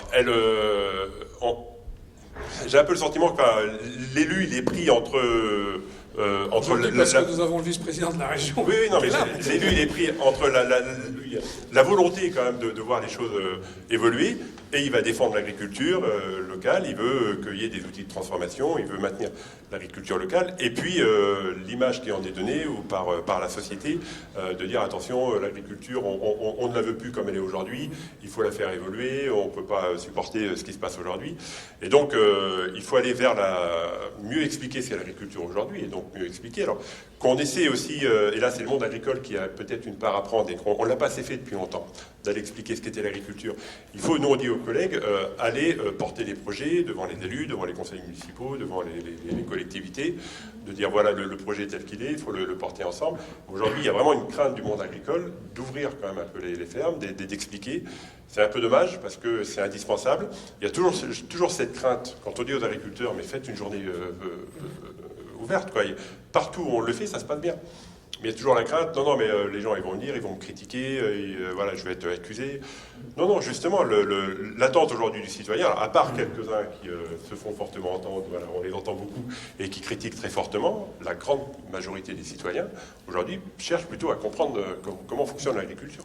Et on n'a pas d'attaque sur le salon ici, sur le salon de l'agriculture à Paris, dans tout ce qui se passe à un niveau local, il n'y a pas d'attaque directe vers les agriculteurs. C'est plutôt des questions. Ils arrivent à comprendre qu'à un moment donné, il faut aussi protéger les cultures, ou qu'on a d'autres contraintes qui nous imposent un certain nombre de choses. Mais je crois qu'il faut quand même qu'on développe ces instances-là, ou ces moments d'échange, avec les élus aussi, qui eux sont quand même dans la difficulté, effectivement parfois pour prendre la décision, et on le voit bien, sur la question de l'eau, qui est vraiment un sujet voilà, très très compliqué, mais très présent, on ne l'a pas abordé, mais enfin, ça met en situation difficile les élus. Donc là, il faut que le monde agricole, je pense, on y parte. Dites-le, on ne l'a pas encore abordé, c'est parce que l'agriculture est d'une telle complexité qu'il y a 200 boutons sur lesquels appuyer. Oui, mais c'est... Donc, ça faut faire un autre. Un chapitre sur l'eau, il n'y a pas de souci. Mais François Pursec, sur les solutions, parce que je sais que François Pursec a un train à prendre tout à l'heure, donc on va le laisser parler, puis après on passera peut-être aux questions d'Assam. Oui, merci. Je pense que je suis peut-être le moins bien placé pour parler de solutions. Je pense qu'il faut renforcer aussi les diagnostics nous permettant... je reviens sur les choses que je connais, de bien préparer la sortie de ces actifs. Et c'est vrai qu'on connaît très très mal en fait les structures d'exploitation aujourd'hui qui vont être libérées. On veut mettre en face des cédants, des repreneurs, mais on ne sait pas finalement quelle est la structure et est-ce qu'elle sera adaptée finalement à des projets portés par de nouvelles générations qui ne se reconnaissent pas toujours, même enfants d'agriculteurs, dans les structures d'exploitation. Donc là, je pense qu'il y a un enjeu fort pour l'appareil de développement et les chambres d'agriculture. Renouer avec l'essence même de l'expression développement agricole, c'est-à-dire l'amélioration des conditions de vie et des conditions matérielles et techniques d'une exploitation agricole me paraît fondamental. Plus que jamais, on a besoin du développement, mais il faut que cet appareil de développement soit doté aussi financièrement et aussi en termes de compétences. Et la question des compétences est une question qui se pose aussi à l'échelle des exploitations, puisqu'on a un public d'agriculteurs qui est de mieux en mieux formé, mais est-il compétent pour prendre en charge de nouvelles stratégies d'externalisation, d'intégration de salariés, de mutualisation ? Là, il y a un vrai défi. Non pas simplement à former, mais à doter de compétences ces nouveaux acteurs de la production agricole qui vont devoir de toute façon réallouer les ressources et les réorganiser pour aller capter la valeur. Aujourd'hui, une exploitation agricole, c'est une fusée à plusieurs étages, me disait un jeune agriculteur dans le commun. Je me disais, c'est plusieurs sociétés qu'il va falloir piloter, gérer, dans lesquelles on va retrouver la femme d'un côté, le fils de l'autre. Ce sont des dispositifs beaucoup plus complexes. Et donc, quand on dit il va falloir trouver des solutions, il faut trouver des solutions dans ce contexte de montée en complexité des entreprises. Voilà. Donc là, il y a un enjeu à monter en compétences. Et il va falloir doter aussi finalement les agriculteurs de compétences juridiques, les services même. On voit bien que parfois certains services, certains appareils du développement agricole sont sous-dotés en matière de compétences spécifiques permettant la réorganisation des systèmes productifs. Il ne s'agit pas simplement de dire qu'il faut changer de modèle de production et transiter, il faut en donner les moyens sur le plan organisationnel et sur le plan aussi managérial. Enfin, on ne conduit pas... de manière alternative une exploitation, si on n'est pas capable aujourd'hui, par exemple, d'avoir recours à des sous-traitants, des formes d'organisation plus collectives, c'est comme ça que ça fonctionne. le salut de l'exploitation familiale passe, je le disais tout à l'heure, par le recours à des actifs de moins en moins familiaux et à des formes d'organisation de la production de moins en moins familiales. Donc ça, il faut l'admettre. Voilà, donc j'en resterai là, voilà, parce que je ne suis pas forcément non plus des plus compétents pour aborder ces questions de solutions. Peut-être juste faire un point sur la question de l'eau qui a soulevé Luc Servant, parce que c'est un enjeu important, un enjeu qu'on connaît bien dans la région, puisque ça donnait lieu à des manifestations parfois assez violentes. Comment situez-vous cette problématique de la maîtrise de l'eau dans l'avenir de l'agriculture ? En tout cas, c'est un sujet qui est très présent aujourd'hui dans la profession, et moi je le vois bien. Enfin, il n'y a pas une réunion professionnelle sans qu'on parle de l'eau et de la question de l'eau, parce qu'aujourd'hui on voit bien que l'eau reste indispensable, en tout cas pour certaines filières, certaines productions, et que là on parlait de la volaille tout à l'heure, mais on est aussi en train de perdre énormément de production de fruits et légumes, et que l'eau est indispensable pour les faire, et on les importe de plus en plus. Donc là aussi c'est l'incompréhension de dire on nous réduit nous l'accès à l'eau, et en même temps on va importer des fruits d'autres pays qui ont beaucoup moins d'eau que nous. Donc là il y a quand même une incohérence. Et puis sur des échéances qui arrivent, 2027, c'est quand même les échéances au niveau de la directive cadre de l'eau, de l'atteinte des objectifs, ce qui va impliquer des fortes baisses de disponibilité en eau dans certains territoires pour l'agriculture. Et donc là on se retrouve aussi dans une impasse. Et quand on disait pas d'interdiction sans solution, il y a beaucoup de territoires, dans 2 ans c'est moins 70% de l'eau, ou moins 50 ou moins 100%. Et il se passe quoi sur les filières en place et pour les exploitations qui ont accès à l'eau. Donc la nécessité de trouver quand même des solutions assez rapidement. Alors il y a eu multiples débats, multiples propositions. Je pense qu'aujourd'hui on arrive à peu près peut-être à trouver un équilibre avec la notion de projet de territoire de gestion de l'eau. Alors on voit bien que dans ces projets de territoire qui sont faits à l'origine pour l'eau, derrière finalement c'est tous les sujets qui sont abordés, c'est quelle forme d'agriculture, quelle production, quel débouché, et qu'il y a beaucoup d'acteurs autour de la table. Mais bon, à la limite, pourquoi pas, à un moment donné, il faut aussi mettre la question de l'agriculture sur la table dans les territoires. Et puis l'implication là aussi des collectivités, qui est indispensable aussi, hein, parce que la question, ce qui est souvent ressorti, c'était de l'eau qui est accaparée pour des biens privés, pour quelques agriculteurs pour des biens privés, ou de la filière agro-industrielle. Donc en fait aujourd'hui, s'il y a l'implication des structures publiques, des collectivités, ça veut dire que la gestion va être publique, il y aura la transparence, et donc il n'y aura plus cette notion de gestion pour quelques-uns. Mais en tout cas derrière, c'est quelle production. Il faut aussi remettre les filières.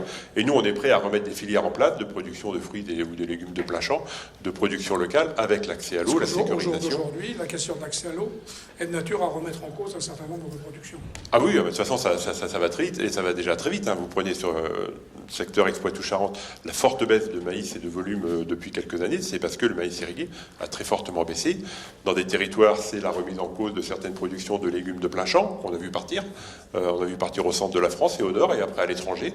Dans le sud, s'il n'y a pas d'eau, et la sécurisation de l'eau, il y a beaucoup de productions qui pourront plus faire. Donc il faut aborder tous ces sujets, et puis se donner aussi du temps, enfin de la visibilité pour le monde agricole, parce que la question de l'eau, aussi par rapport, on parlait des molécules ou des produits phytosanitaires, si là aussi c'est parti du sud, les conflits, c'est parce que tout le sud de la France, on voit bien que s'il n'y a pas d'accès à l'eau et de sécurisation, ça va être très compliqué derrière. Dans les éléments de la souveraineté, il y a aussi l'eau, évidemment. Oui, c'est un des premiers éléments à la production agricole. Bon, il nous reste un gros quart d'heure, donc j'ai vu qu'il y avait des gens qui se manifestaient un peu dans la salle pour poser quelques questions. Donc la parole est à la salle si... Donc bonjour, merci pour ces interventions très intéressantes. Moi je suis viticulteur dans Dordogne, et en fait il y a un sujet qui a été un peu abordé, mais que je souhaiterais justement aller creuser un petit peu plus loin, c'est notamment la capacité de la demande et la sensibilisation des consommateurs. On a vu qu'il y a un amour des populations et un soutien des populations sur le monde agricole, on applaudit des deux mains, l'agriculture bio, le mieux manger, les normes environnementales et le bien-être agricole et le bien-être animal.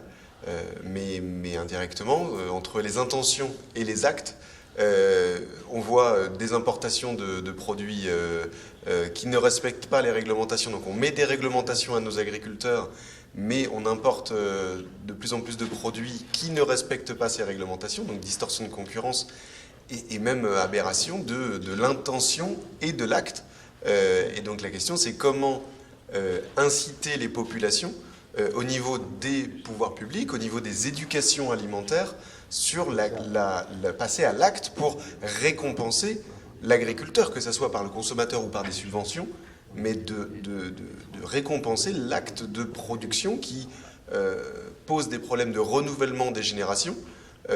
Parce que inciter, moi je suis installé hors cadre familial, tout le monde me prend pour un grand fada, parce que justement c'est important d'inciter des jeunes à s'installer, d'inciter des agriculteurs à transmettre leur exploitation à leurs enfants ou à d'autres, mais dans un cadre économique qui finalement n'est plus viable parce qu'on nous impose des normes et par contre on n'a pas les débouchés en face qui récompensent la qualité qu'on veut chercher à émettre.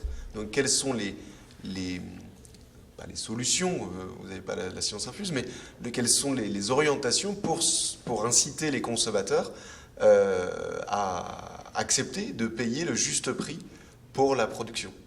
Et ne pas faire l'arbitrage en faveur du dernier smartphone, c'est ça? Dernier smartphone, ou à l'inverse, un arrêt d'exploitation volaille sur un territoire, mais l'ouverture d'un KFC qui a la demande en face. Un KFC ne s'ouvre que s'il y a la clientèle en face. Ça reste des commerçants, et s'ils s'ouvrent, c'est qu'il y a des gens qui sont prêts à y aller. Ils ne s'ouvrent pas pour le plaisir d'ouvrir un nouveau magasin. C'est parce qu'il y a la clientèle en face qui va acheter des volailles, je dirais, importées, et le produit, d'un point de vue hygiénique, sanitaire et même gustatif, n'a rien à voir avec une poule au pot de la grand-mère. Comment convaincre le consommateur? Non, mais c'est une clé importante et une grande partie, je pense, de la question agricole pourra trouver une solution par le comportement du consommateur.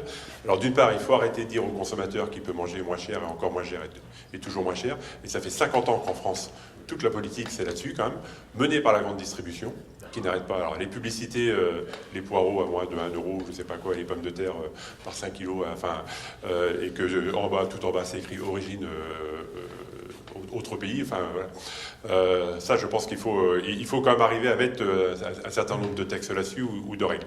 Alors après c'est pas que français, c'est européen, il y a la question de la concurrence, mais en tout cas ça peut aussi passer par le consommateur qui doit comprendre que par là aussi quand il achète quelque chose, il y a aussi l'acte derrière par rapport à l'agriculture au territoire. Mais ça repart de très tôt de l'éducation. Et je crois que réexpliquer ce qu'est l'agriculture aux enfants, et quand je vois moi ici qu'il y a des centaines d'enfants, des classes qui passent venir voir ce qu'est l'agriculture, et on commence à sortir dans la jeunesse aujourd'hui, elle est peut-être plus sensible justement à ça que l'a été peut-être une génération. En tout cas, leur expliquer ce qu'est l'agriculture, que ce qu'ils consomment, ça vient de l'agriculture locale, mais là, je crois qu'il faut repartir à la fois des jeunes, les emmener dans les exploitations agricoles et reparler d'agriculture dans les écoles. En fait, si on regarde les programmes scolaires depuis quelques années, on ne parle plus d'agriculture. Donc il y a cette déconnexion forte entre le consommateur et puis l'agriculture, donc il faut recréer et remettre en place. Et puis après, qu'on essaie de remettre ces filières. Alors, la grande distribution, elle le comprend parfois, mais enfin très vite, elle retourne finalement à ses premières idées.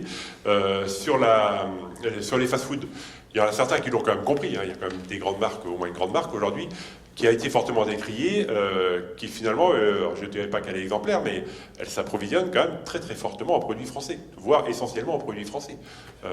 Voilà, quand on achète, pour ne pas la citer, mais chez McDo, ils ont quand même des contrats, des formes de contrats très avancées avec les producteurs, en viande, en pommes de terre et autres, quoi. Donc, alors elles ne le font pas toutes, d'autres restent encore sur le prix. Il y a quand même quelques signes qui sont là, mais je crois que le message principal, et ça c'est de l'éducation, et ça passe à beaucoup de niveaux, alors sur la région avec le programme One Health, c'est de dire que finalement que tout est lié, mais le message principal c'est de dire que oui, il faut arrêter de croire qu'on pourra manger pour toujours moins cher, et puis de se remettre un peu à la cuisine. Alors ça, est-ce que c'est un message, mais c'est qu'aujourd'hui, c'est vrai qu'aujourd'hui dans ce qui est acheté en produits agroalimentaires, la part de la transformation et du service est très forte. Les produits hyper transformés, la part de l'agriculture est très très faible dedans. Mais effectivement, ça reste quand même le critère aujourd'hui pour arbitrer les budgets. Parce que, et c'est pas toujours chez les foyers les moins aidés hein, ou les plus en difficulté que le choix se fait pour l'alimentation la moins chère. C'est un choix aussi. Il y a des foyers un peu plus aisés qui se disent nous on met le moins cher possible dans l'alimentation parce qu'on veut se payer autre chose, quoi. Oui. Comment on répond aussi à la demande de la restauration hors foyer? L'essentiel de la consommation alimentaire est une restauration hors foyer, donc la valeur elle est à capter aussi dans ces univers-là. C'est pas simplement par le biais de la grande distribution que les produits trouvent un consommateur. Donc ça se travaille, mais ça se travaille collectivement à l'échelle des interpros ou à l'échelle des collectivités. Mais je ne suis pas un spécialiste de la question. Pierre Lespard, alors je suis originaire du département des Landes. Alors vous ne serez pas surpris que je sois sensible à la thématique de l'eau. Je voulais apporter un témoignage sur les projets de territoire et de communication qui sont effectivement des espaces pour permettre de partager le pourquoi du comment. Et effectivement, pour l'avoir vécu, les assos environnementales, quand ce sont des locaux qui sont là, petit à petit, on arrive à partager un certain nombre de concepts sur ce partage de l'eau. Mais quand arrive le moment du vote, le vote, c'est celui de la consigne nationale. Donc effectivement, ça peut créer quelquefois quelques troubles ou frustrations d'avoir passé autant de réunions pour finalement arriver à un résultat qui est un résultat de dogme, mais pas un résultat de compréhension. C'est le premier témoignage. La deuxième chose, je voudrais revenir vers le chercheur qui a évoqué cette mécanique de solidarité sur les bouchers, sur le Carrefour Market du coin, etc. Et que pour travailler à une association dans les Landes qui s'appelle Esprit du Sud, où on rencontre les collectivités locales pour leur expliquer que dans les territoires, on fait de l'économie quand on fait un repas avec les chasseurs, quand on va à une course landaise ou quand on va chercher la viande chez le boucher. Je voudrais savoir si vous avez creusé un peu plus que ça ce sujet, parce que je crois là qu'il y a un levier essentiel. Alors au-delà des outils qui ont été évoqués, abattoirs et magasins de producteurs, etc., mais je crois que c'est un levier essentiel, cette solidarité de village avec ces corps intermédiaires qui sont quelque part les utilisateurs des productions agricoles. Non, j'ai pas travaillé sur ces questions-là. J'ai une collègue, Yuna Chifolo, à Montpellier, à l'INRAE, justement, qui travaille là-dessus.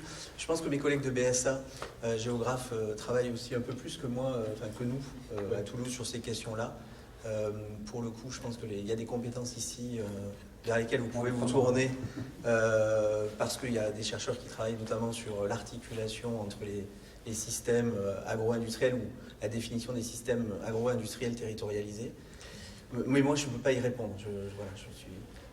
J'évoquais tout ça simplement au regard de ce que je voyais sur les barrages. Voilà, c'était plus ça. Oui, alors deux mots. Donc, merci de l'initiative de ce matin. Donc, c'est très très intéressant.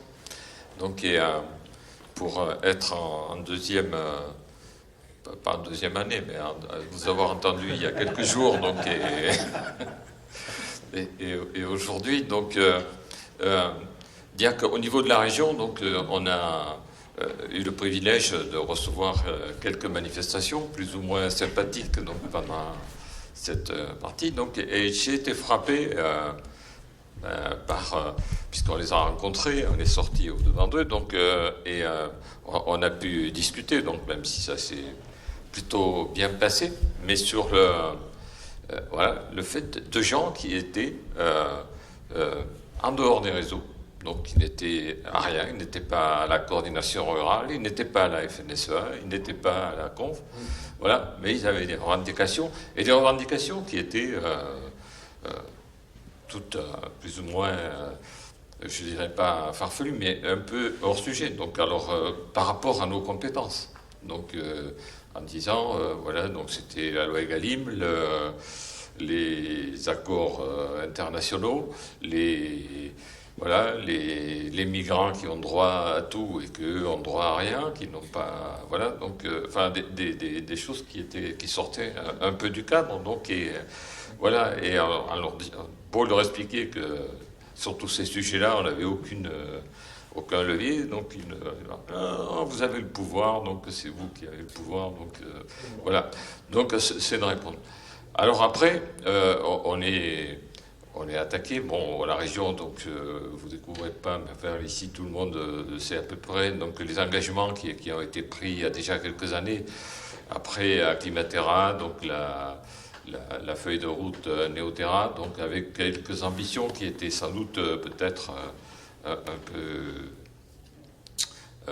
optimistes, donc, et notamment sur la sortie des pesticides de synthèse à l'échelle de 2030. Donc, on voit qu'on n'est pas tout à fait sur la trajectoire, donc, mais même si c'est... Voilà, donc je crois qu'il faut aussi qu'on puisse se dire que c'est pas en cassant le thermomètre qu'on réglera les problèmes à venir. Donc le changement climatique, il est là, les problèmes environnementaux, ils sont là. Donc, je crois, mais ça on l'a toujours dit, donc on ne laisse pas les agriculteurs sans solution, donc, et on travaille... voilà, mais enfin, Olivier et Luc le savent très bien, donc sur les recherches de solutions, et notamment l'accompagnement au niveau de la recherche et d'autres sur et avec le cluster des biocontrôles, donc sur la recherche, voilà, même si tout ne viendra peut-être pas de là, mais c'est...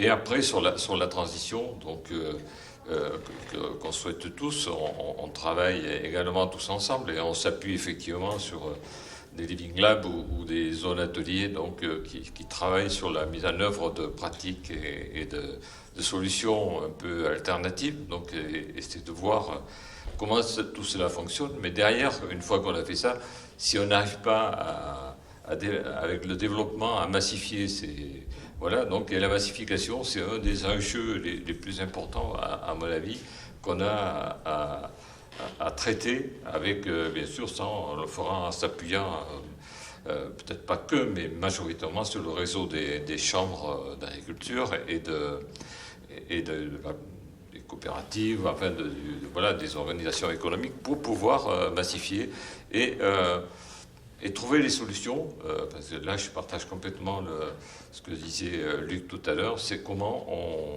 on arrive à assurer, donc, ou à garantir voilà, la prise de risque donc, que prend l'agriculteur qui met en place.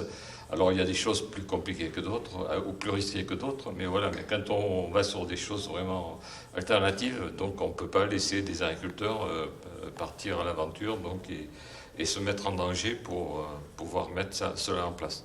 Tout ça, c'est le grand chantier, je crois, mais je crois qu'on en est tous conscients et on y travaille ensemble donc à régler. Voilà, donc et sur l'image de l'agriculture, donc on parle beaucoup pour venir sur le sujet de la réunion qu'on avait avant-hier, donc et qu'on a évoqué ce matin sur l'agriculture familiale. Donc voilà, parce que dans l'image du citoyen, l'agriculture familiale, c'est la petite exploitation, même si elle n'est pas familiale, mais c'est la petite exploitation et une exploitation d'élevage de plusieurs centaines d'hectares avec le couple à la manœuvre, donc, ou peut-être même avec un fiston. À partir du moment où c'est très très gros, c'est plus familial. Donc, même si ce n'est que la famille et si c'est que des capitaux familiaux.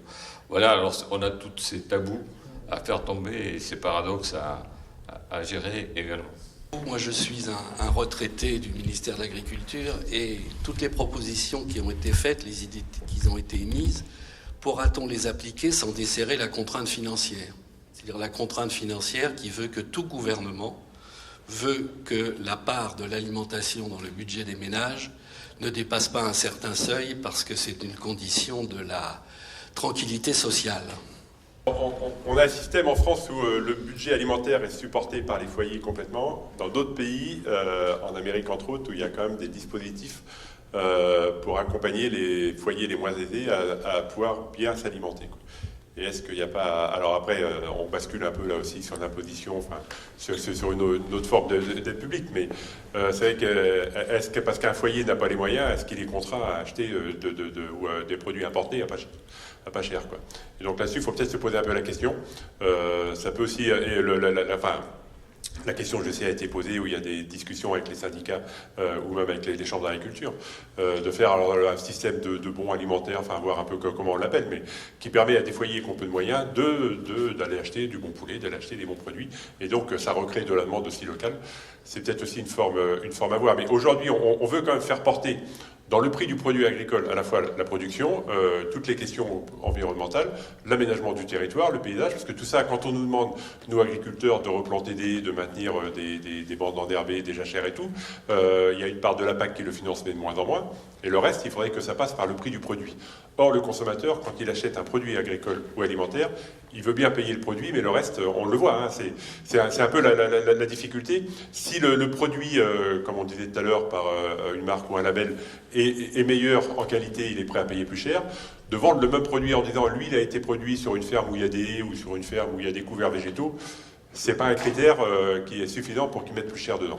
Donc ça veut dire qu'il faut aussi qu'on trouve des financements pour ce qu'on appelle les services environnementaux, les services rendus par l'agriculture. Et ça, il faut qu'on développe cette notion de prestation pour service environnemental. C'est-à-dire qu'un agriculteur qui a des... il est rémunéré parce qu'il entretient des... et ça, on ne peut pas le mettre dans le prix du produit, ou plus difficilement, parce qu'il y a des couverts végétaux, parce qu'il y a des formes de production un peu différentes. Donc ça, il faut qu'on développe ça. Et après, sur la question alimentaire, effectivement, moi je pense qu'il faut étudier aussi quand même d'autres formes d'aide, peut-être pour essayer là, de tirer aussi vers le haut. Oui, Alain Germano, donc j'ai fait Grignon en 1965, donc vous voyez, c'était il y a très longtemps. Ça concerne les biotechnologies, ça s'adresse sans doute plus à Monsieur le Président de l'INRA. J'ai du mal à dire INRA et toujours. Voilà, donc j'ai un souvenir assez précis des années 80, de la fin des années 80, où la France était à la pointe de la recherche en biotechnologie, en particulier Rhône Poulenc et Lee Magrin, qui avaient créé une société pour travailler sur les OGM, en fait. Et puis, il y a eu un problème politique, disons, qui a rayé les OGM de la carte des recherches en France. Je pense que ça peut être une solution, toujours, hein, pour une des solutions qu'on recherche pour l'agriculture. En plus, Madame Emmanuelle Charpentier qui est une chercheuse française, a eu le prix Nobel en 2021 en chimie pour ses recherches sur le CRISPR-Cas9, donc qui permet maintenant de faire des NGT très facilement, semble-t-il. Moi, je n'ai pas bien approfondi le sujet. Donc la question, c'est est-ce que vous ne pensez pas qu'il faudrait revenir sur ce problème de pas d'OGM en France ni en Europe, et donc sans doute pas de NGT non plus. Et tout dépend effectivement de ce qu'on appelle OGM, et si on assimile effectivement les nouveaux modes d'obtention à des OGM. On a énormément de laboratoires INRAE partout en France qui travaillent avec les NGT. Ah oui. Bien sûr. C'est pas interdit. C'est absolument pas interdit dans les laboratoires. Les OGM, c'est donc je vous confirme, les OGM sont interdits. Mais voilà.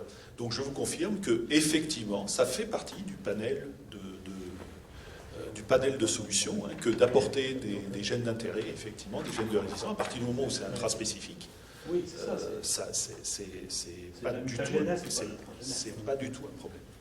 Donc voilà, la réponse c'est oui, il n'y a aucun souci là-dessus. Par contre, les OGM, effectivement, et culture en plein champ, etc.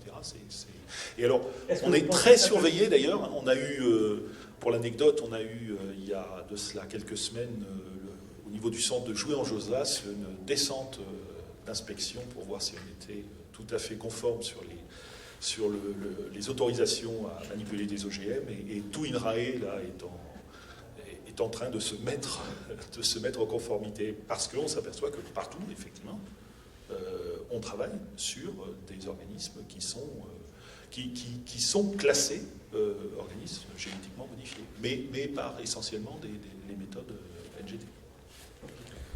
Bien, merci, je pense qu'on va... Oui. Bon, enfin, c'est très vite, mais il y a un texte européen qui est en cours de discussion pour bien encadrer ce que sont les NGT par rapport aux OGM. Oui, voilà. Et puis là, il faut bien expliquer aussi au grand public, aux citoyens, la différence qu'il y a entre les deux. C'est quand même pas tout à fait. Non, c'est quand même pas la même chose, mais par contre, il y a des pistes derrière de solutions très fortes. Parce qu'au sein d'une même espèce, on peut trouver des gènes de résistance à la sécheresse, à des maladies. On n'est pas sur un OGM, on est bien intra-espèce. Mais effectivement, ça fait appel un peu à de la génétique, mais c'est peut-être quelque chose qui apparaîtrait de manière naturelle. Là, on le force un peu, mais c'est pas quelque chose qui est sans sens. Merci. Comme vous l'avez compris, le sujet est inépuisable, donc on pourrait, mais malheureusement, il faut stopper là. Donc, merci de votre participation. Et Bruno, tu vas peut-être dire un petit mot de conclusion. Je veux dire merci à tous ceux qui sont restés avec nous jusqu'ici. Remercier à nouveau nos invités qui ont consacré leur samedi matin à nos débats qui, comme tu l'as dit, auraient pu durer beaucoup plus longtemps. Peut-être il faudra qu'on les réinvite avec un peu plus de monde. Voilà. Vous invitez un petit apéritif. Alors dans les cartons il y a de la charcuterie, c'est pas voilà. Et dans les caisses il y a du vin. Voilà. Donc vous invitez pour qu'on puisse continuer nos débats en sachant que François Pursec doit nous quitter puisqu'il a un train. Donc il regagne Toulouse. Donc voilà, encore un grand merci à sa contribution avec nous ce matin et petite déception du trop peu de présence. Mais bon, on va le compenser par une diffusion sur nos réseaux. Voilà, merci à tous.